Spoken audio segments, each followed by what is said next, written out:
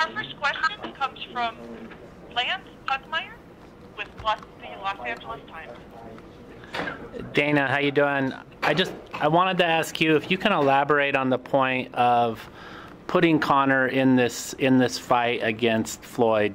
If he loses, a lot of people think he's going to lose convincingly. Does it or does it not damage the UFC brand? No, absolutely not. At the end of the day, these two guys wanted this fight. The fans wanted this fight. And, Conor is a mixed martial artist. He's going into a boxing match with arguably the greatest boxer of all time. I don't think it damages the brand or Conor McGregor at all. I think it actually elevates Conor McGregor. The fact that this kid who has so much to lose is willing to step in and is absolutely confident that he will win this fight. I think it's one of the many reasons that people love Conor McGregor. And, win, lose, or draw, it'll be one of the reasons that people continue to love Conor McGregor. Yeah, Dana, I know you're a tremendous boxing fan. You followed the sport for years. When you look at Conor's work standing up against Jose Aldo, Nate Diaz in the rematch, and Eddie Alvarez, what does that mean toward a fight against Floyd Mayweather?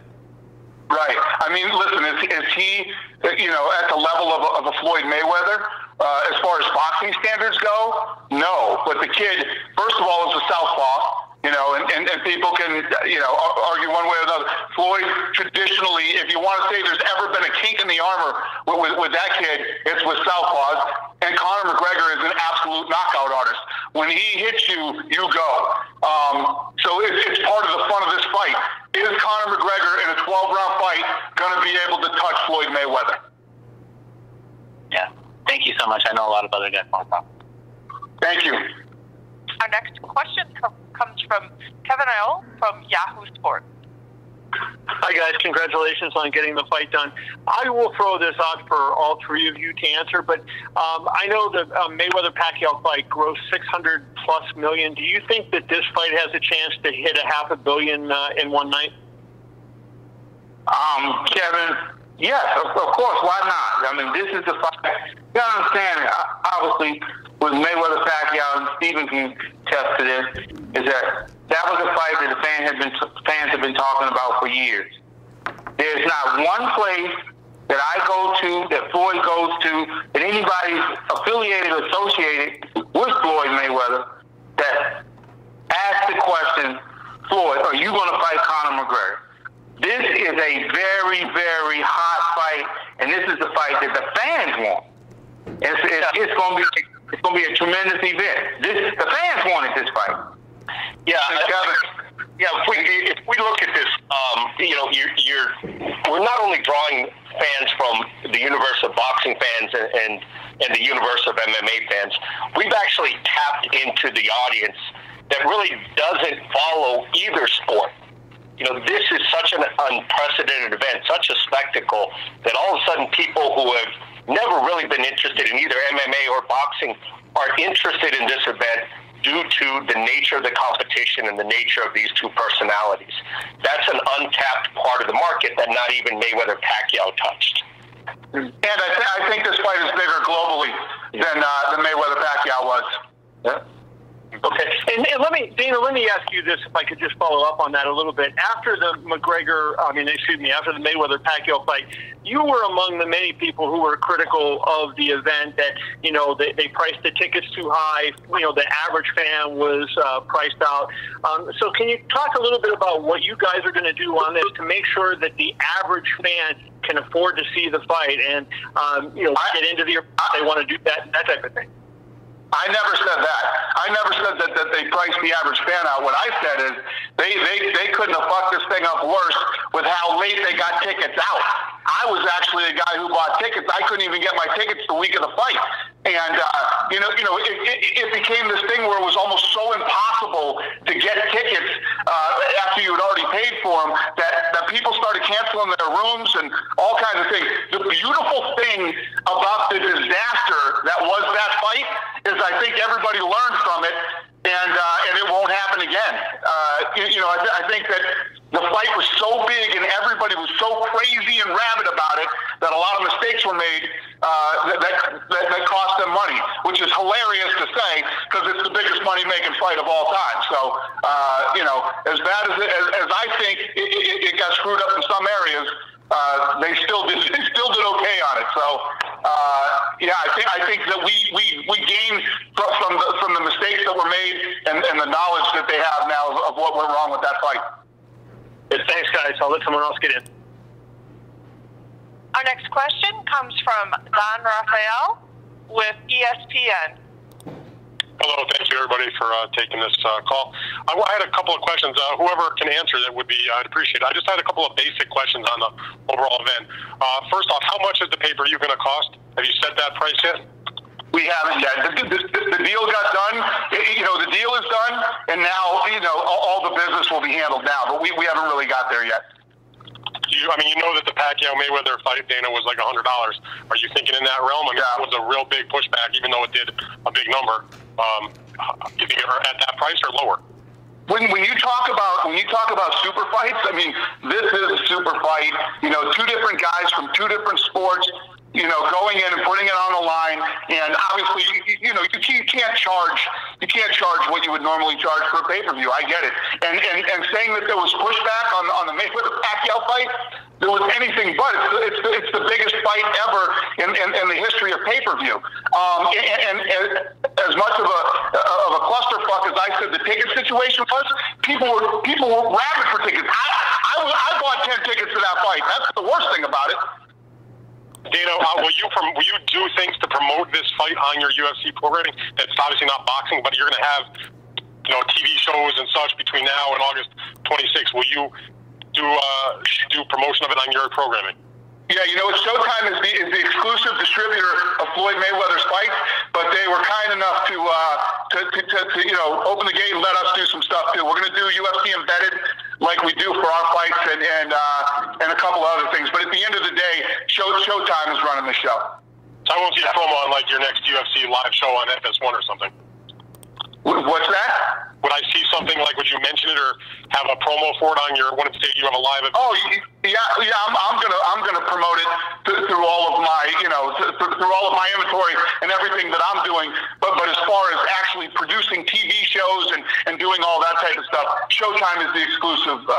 But they've been kind and opened the window and let us have some fun and do some things too. Yeah, this is it's an event that got done so quickly simply because there's been a spirit of collaboration and partnership on this. So you really, we're all pulling in the same direction. It's going to be a massive promotion. Can you also answer?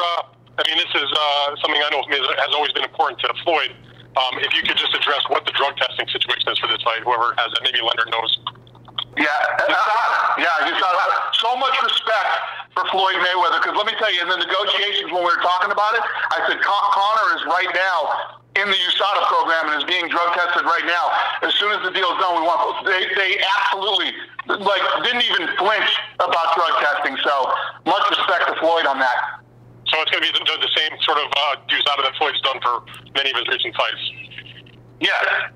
Okay, and one other thing, I don't think this is an issue, but this is something I've been asked by other people, so I'm going to throw it out there. Is there any kind of language in this agreement that what might happen should Conor have a brain freeze and just start throwing elbows and kicks? Oh yeah, that will not happen. What's the penalty? That will not happen. I mean, first of all, obviously, that is absolutely in the contract, number one, and number two. This is a boxing match under the Nevada State Athletic Commission, under the rules of boxing. And I mean, when you talk about a guy of Floyd Mayweather's level and value in the sport and things like that, I mean, the lawsuit, if that ever happened, would, Conor likes money, man, and Conor would depart with a lot of money if that ever happened. So, yeah, that will not happen. Gotcha. Okay, guys, thank you very much. Thank you. Our next question comes from Damon Martin with Fox Sports. Hey guys, thanks for the call. Dana, I know you talked to Conor this morning. You said in a couple other interviews. I mean, what is his attitude about his future with the UFC? I mean, how confident are you that he will fight again this year? I mean, I'm pretty confident in the conversation that I had with him. He's fired up for this fight, and he's excited to fight again and defend his title by the end of the year. Nothing is a guarantee. You can't be guaranteed anybody's ever going to fight again. So, but if you look at Conor and the type of fight, the reason that this fight is so big and the reason that he's such a huge superstar is because this guy will fight anybody, anywhere, anytime. He's going to step in and fight Floyd Mayweather under boxing rules. These are the reasons that people love this kid. You know, I got all these guys crying about, oh, Conor McGregor this, Conor McGregor that. Shut up. Step up and fight like Conor McGregor fights. You know, take the big fights. When somebody falls out, on 4 or 5 days, he'll fight anybody. That's why people love him. If I had to tell you right here, right now, do I think Conor's coming back this year? I absolutely do. And I know you guys can't get into the financial exact arrangement that was made here. I know a lot was said about Mayweather-Pacquiao was a 60-40 split. Can you give us any kind of indication what the final number was for Mayweather and McGregor? We have a confidentiality clause in place, and the financial details will not be disclosed. Nobody's bummed out about this deal. I promise you that. Everybody's happy. And one final question for the undercard. This will all be boxing, and I assume, and maybe this is best question for Steven Espinoza, but I assume this will all be built, with Mayweather Promotions, completely boxing. Like, there will be no other crossover fights. There will be no other UFC guys involved with this card. The undercard, in terms of the televised undercard and the pay-per-view, will absolutely be a straight boxing card. But it's a big card. There might be some interesting things that we do with the prelims. That's something that we're going to come together on and really hope to make it an entertaining day, not just 3 or 4 fights, but an entire entertaining afternoon and evening of legitimate fights all around. Awesome. Thanks very much, guys. Thank you. Our next question comes from Jack and Carnacao from the Boston Herald. Thanks very much. Steven, considering Showtime's going to control the production, is Morrow going to call this fight? Who's going to be on the call? We are controlling production, but this is very much a collaboration.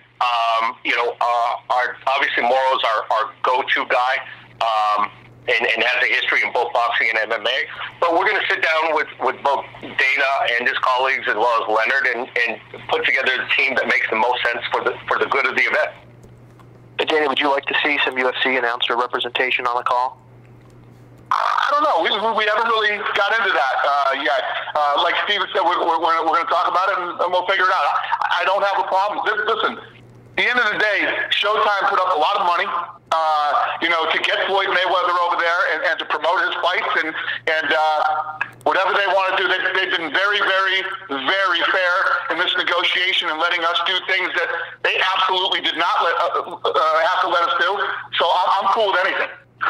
Dana, you're looking forward to doing, from what I'm reading from Steven there, an afternoon UFC card the same day as the event. Is that what you're thinking? I didn't go that far. He didn't say that. He didn't say that. No. There will be no UFC that day. This is a boxing day. Okay, great. Dana, to what degree would you expect Conor to kind of frame this up in the interviews ahead of time as, MMA being a superior fighting sport to boxing, kind of framing it as MMA are real fighters and boxers are just boxers. Do you expect him to put it that way? The reality is MMA is MMA and boxing is boxing, and he's stepping into the boxing arena. It doesn't matter if they fought out in the street, what would happen? He has agreed to come in and box Floyd Mayweather, so it is what it is. I don't want to get too sidetracked on this, but I think the best analogy to use here is it's NASCAR and Formula One. NASCAR is not going to replace Formula One. Formula One's not going to replace NASCAR. You see some crossover. A driver from Formula One will try NASCAR. No one makes a big deal about it. They say, "Oh, that'll be interesting to see how the skills transfer." I think that's what we're talking about here. Great. Yeah. Sorry, go ahead. And Floyd Mayweather and Conor McGregor are such unique individuals and so dominant in both of their sports and in every way, shape, and form. It's a fun fight, and like Leonard said earlier, this isn't some fight that we went out and tried to make or build or anything else. This thing built itself. This is a fight that started from the ground up. The fans wanted to see this thing. The media went crazy about it, and here we are. Finally, for Leonard. Leonard, when did Conor first get on Floyd's radar? Was there a fight he won or an appearance he made that made this all of a sudden start to be a real thing? Well, I can't exactly remember the time frame, but the kid, he's been making a lot of noise, and I had watched the fight or something, and I was telling Floyd, I was like, this kid got a nice hand game. And Floyd thought, he was like, yeah, he do got a nice hand game. So again, this is a fight that Floyd is taking very, very seriously, because we all do know all it takes in boxing is one shot, and it don't have to be a clean shot. A guy with that kind of power, he can nick you, and you can be buzzed. There's been a few times in fights in Floyd's career that, he might have been buzzed in a fight, but nobody never knew. And there's been a couple times that he's been buzzed in a fight. So the one thing about Conor McGregor we do know is that you got to pay him very, very close attention, because when he touches people, they fall out. Thanks, guys. Our next question comes from Brian Campbell with CBS Sports. Hi, Dana. You made a pretty large 180 in terms of not supporting this fight originally, saying it would be an epic fail for Conor if he went down this road, and then supporting it. So how much of that had to do with the idea of this being financially beneficial for the UFC to pay off debt after the sale last year? I didn't say that this would be an epic fail for Conor to go down this path. That was something else that I was talking about. What was the question about the debt? How much does this have to do with the UFC receiving money to allow this fight to take place? Listen, if you're going to ask me stupid questions, at least get your questions right. First of all, I didn't say that this would be an epic fail if he went down that path. And we were talking about something else, because Conor and I were actually butting heads on something. That's when I said that would be an epic fail if he went down that path. Number two, as far as the debt goes, Conor could fight twice this year, and we're going to do fine anyway. This is a fight that Conor wanted, Mayweather wanted it, and the fans wanted it. So we're doing it. So if you're going to ask me a stupid question, at least get it right. Sorry, I meant epic fall, not epic fail. But Leonard, from your point of view, Dana had said this would be at fight contested at 154 pounds. What went into that decision for Floyd? We had no issues with fighting Conor McGregor at 154. It's a fight that's going to take place at 154 pounds. What were the biggest points of contention in the negotiation for anyone? There really weren't any. It was actually really smooth. It's one of the smoothest that I've ever been involved in. Me too. And I heard that. Finally, guys, question about the undercard. Are we looking at all boxing? No other UFC crossover on this? Yes, all boxing, and we'll put together we'll put together a tremendous undercard. But that's forthcoming.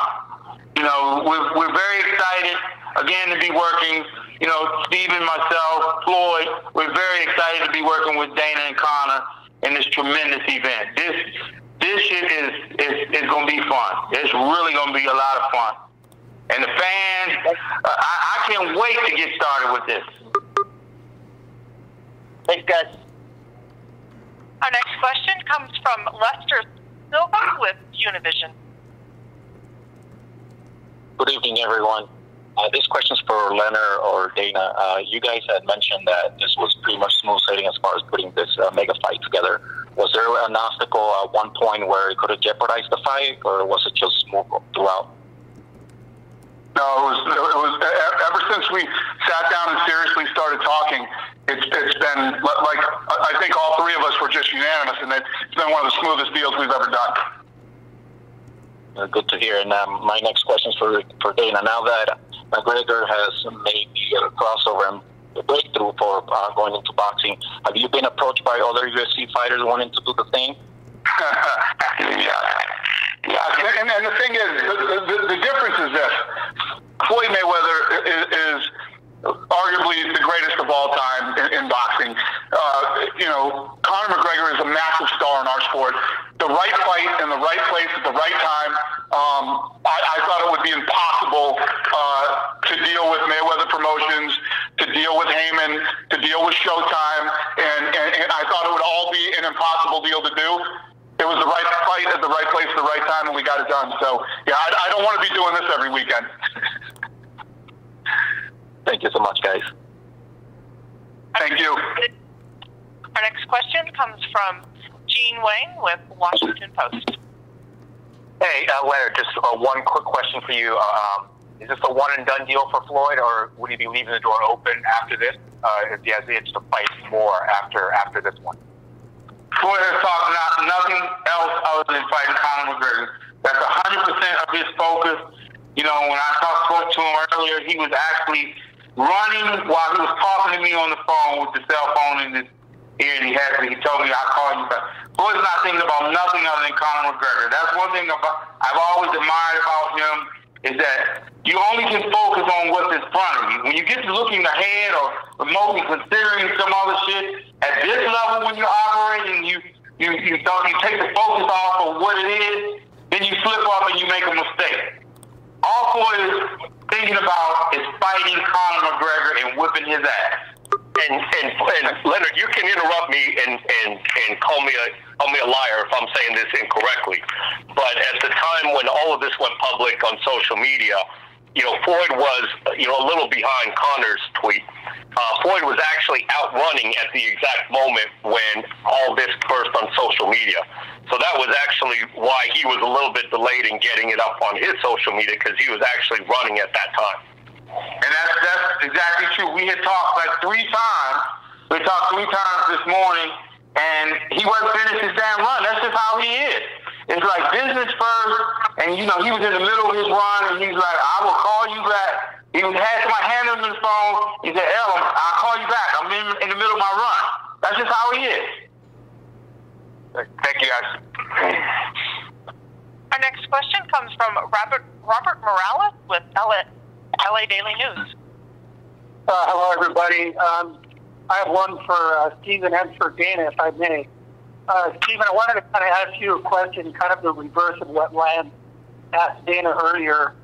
If a guy like Conor McGregor comes in and either gives Floyd, more grief than we've seen him get against boxers, or even somehow beats him, does that hurt the boxing brand? Oh, this is not a referendum on the sport of boxing or the sport of MMA. What this is it's a competition between Floyd and Conor. And if Conor is victorious, what that means is that Conor beat Floyd, and we have, a really interesting potential rematch maybe down the line. But that's all it means. It's not a victory for one sport or the other, regardless of who wins. Gotcha. Thank you for that. Hey, Dana, I know you think a lot of Conor, and I've spoken to a couple of people about him. They say he's got this, really tremendous fighting spirit. Can you just tell us a little bit about him in a nutshell, about that fighting spirit, and, maybe where he ranks with other, great MMA fighters that you've promoted? No, I agree. It's absolutely true. And I think, you can't help but feel it. And it's what makes, when you're a true fight fan, you don't mind hearing about the money and all that other stuff, as long as it's a guy that loves to fight and he's willing to challenge himself against anybody out there. Fights fall out. I've got all these situations, over the last several years when a fight will fall out, and we got these guys that are supposed to be the biggest, baddest guys in the world. They claim they're the best in the world, they're the world champion, whatever it might be. They're not willing to step up and take a late-minute replacement, And when you're a fan, you bought tickets, you got your hotels booked, or, you're planning on a party on Saturday night. When your guy steps up and fights anybody and then wins, that's the stuff that people love. And that's what the way Conor is. Conor told me this morning the McGregor clan has been taking over villages for the last 300 years, and Floyd's village is next. Hey, Dana, thank you for that, brother. I appreciate it. Thank you.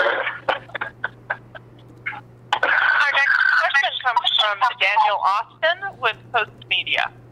Hi, guys. I'm not sure who exactly this would be for, but obviously the promotional side of this fight is going to be something that people are really interested in. Do you know when we'll get to see the two of them sort of in the same room or doing a press conference together? We're working on that now. We got the deal done, and now we're getting all the business done and how this is all going to work out. And obviously, this is new territory for me. I'm not used to working with other people on doing this stuff. So we got. I figure in the next probably 6 to 7 days we can get this stuff figured out and have a lot more answers and start getting the ball rolling on a lot of this stuff. It seems like International Fight Week would make sense. Do you imagine there will be events surrounding this fight there? Oh, guys, listen, I hope we have our stuff together way before International Fight Week. We'll be in big trouble if that's when we're getting everything out. I expect this stuff to start moving real quick. Great. Thank you. Thank you. Our next question comes from Ladlick with Ring TV. Hi, good evening, guys. First question is for Leonard. You've been involved in major promotions when I think about the Pacquiao fight, Canelo, and then Oscar with some major events. How was this one ranked with some of the larger promotions that Mayweather promotions have done?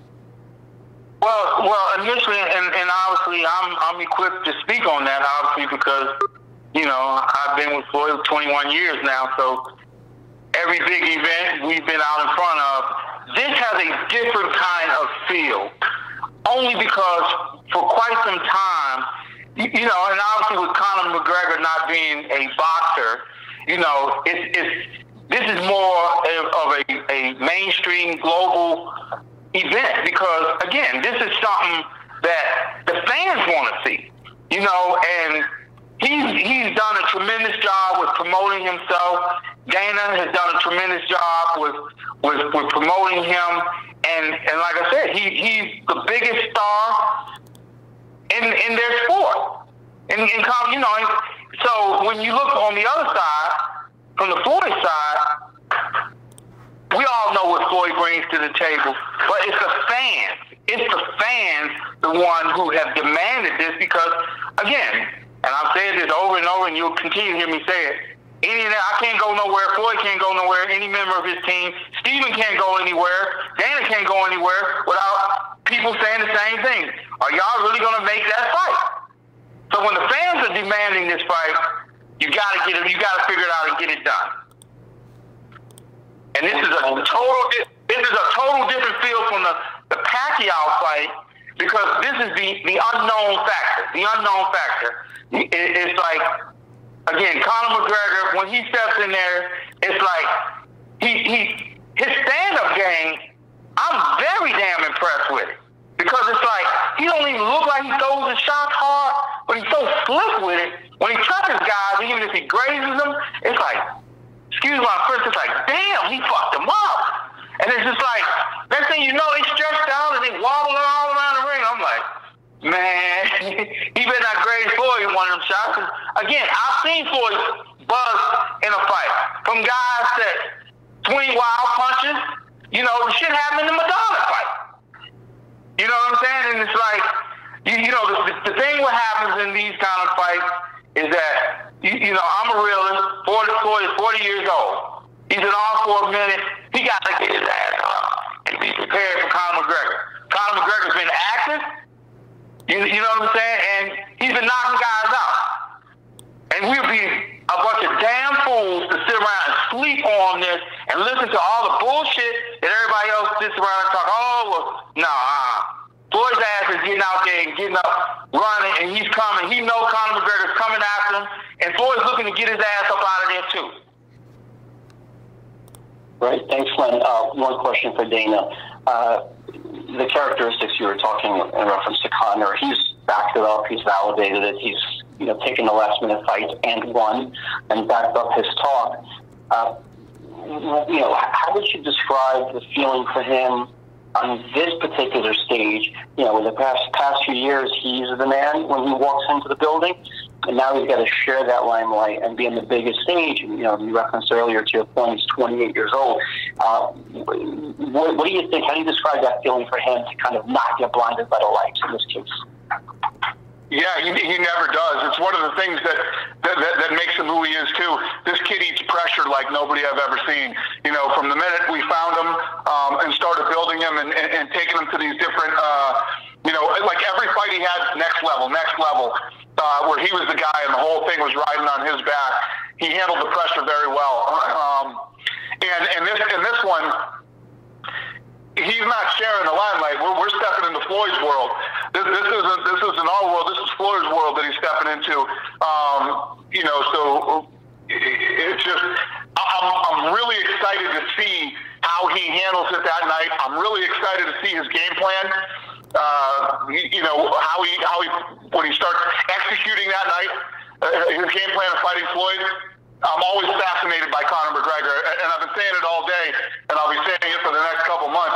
I stopped doubting this kid a long time ago, so it's going to be fun to watch. Great. Thanks, guys. Have a good night. Thank you. Our next question comes from Salvador Rodriguez from ESPN Deportes. Hello, everyone. This is for Stephen Espinoza. Stephen, what is your expectations for the pay-per-view numbers? Is more like Mayweather Pacquiao or Mayweather Canelo, 2-3 millions? I don't know. I mean, to tell you the truth, the sky is the limit. We have what is truly an unprecedented event. And when you have that, really, there is no precedent. You know, there's nothing to compare it against. We've never seen this kind of competition in the ring. We've never seen these types of personalities get together in promotion. And we've never seen a combat sports event or really a sporting event of this magnitude. So, you know, what that means, you know, we're going to have our calculators ready and all the batteries charged. The sky's the limit. Thanks so much for Dana White. Dana, do you know if Conor McGregor will be working with any special boxing trainer for this fight? Is Mayweather, Conor McGregor is working with a bunch of guys over there in Ireland. You know how he is about Ireland, man. He says everybody thinks they're, you know, you got to go here or go there because the best this and that. And he's like, you know, we the Irish over here got our stuff together too. So you know, he's very serious about being Irish and keeping it all Irish. So I don't think so. Thank you so much. And finally, for Leonard Ellerbe, how much do you believe, Leonard, that the Floyd increasing legacy, his boxing legacy with this fight? This is the fight for past Marciano with 50 victories in boxing. Repeat that again? How much do you believe that Floyd increased his boxing legacy with this fight? He's looking for the 50 victory in Saturday. How much is he risking his legacy in boxing right now with this fight? Oh, he's putting it all on the line. He's putting it all on the line. You know, and again, this is going to be a great fight, and we're very excited to see it. That's okay. Thanks so much. Our next question comes from Jim Edwards with Champions. Yeah, hi guys. Just a very quick question about the weight of 154 pounds. Was this the weight that was originally offered to start off with, and which camp kind of came up with that weight to begin with? That's a good question. I don't actually remember. Do you remember how that? Yeah, but 54 was no problem. You know, it came up. We'll just say it came up. It's no problem. So he said, no problem. I'll fight him at 54. No problem. I don't want no catch weight. I'll fight him at 54. Great stuff. And Dana, just another quick one for you, actually. UFC 215 hasn't actually been officially announced yet. There's a lot of rumors that it's going to be in Seattle. Is this announcement going to affect that in any way, and can we still expect that pay-per-view to take place? Yeah, I don't know yet. First of all, that was never guaranteed that we were going to do that. But we were looking at Seattle and we were looking at somewhere else too. So I don't know. Okay, that's it. Cheers, guys. Thanks. Thank you, sir. And our final question tonight comes from Scott Santana with AM New York. Hey guys, this question is for anyone who can answer it.